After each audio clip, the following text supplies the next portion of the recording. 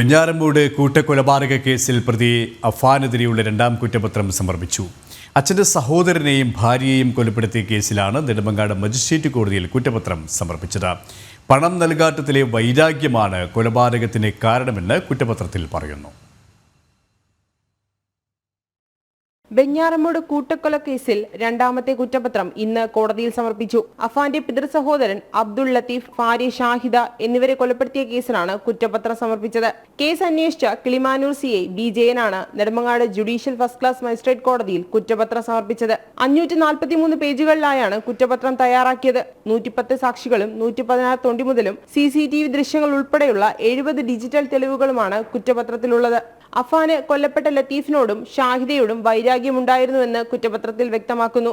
അഫാന്റെ മാതാവിൽ നിന്നും ചിട്ടിത്തുകയായി ലഭിക്കാനുള്ള പണം തിരികെ ചോദിച്ചതാണ് പ്രധാന കാരണം. വീട് വിറ്റ് സാമ്പത്തിക ബാധ്യതകൾ തീർത്ത് വിദേശത്തുള്ള പിതാവിനെ നാട്ടിലെത്തിക്കണമെന്ന് ആവശ്യപ്പെട്ടിരുന്നതായും മൊഴിയുണ്ട്.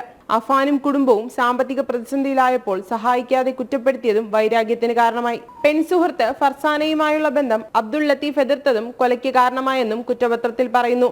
നേരത്തെ മുത്തശ്ശി സൽമ ബീവിയെ കൊലപ്പെടുത്തിയ കേസിലെ കുറ്റപത്രം പാങ്ങോട് പോലീസ് കോടതിയിൽ സമർപ്പിച്ചിരുന്നു. സഹോദരനെയും പെൺസുഹൃത്തിനെയും കൊലപ്പെടുത്തിയതും അമ്മയെ കൊലപ്പെടുത്താൻ ശ്രമിക്കുകയും ചെയ്ത കേസിലെ കുറ്റപത്രം വെഞ്ഞാറമൂട് പോലീസ് ഉടൻ സമർപ്പിക്കും.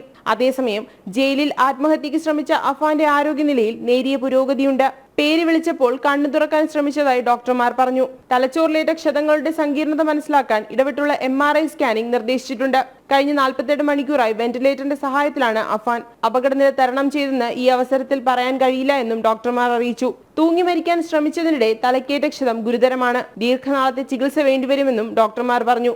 ജനം, തിരുവനന്തപുരം.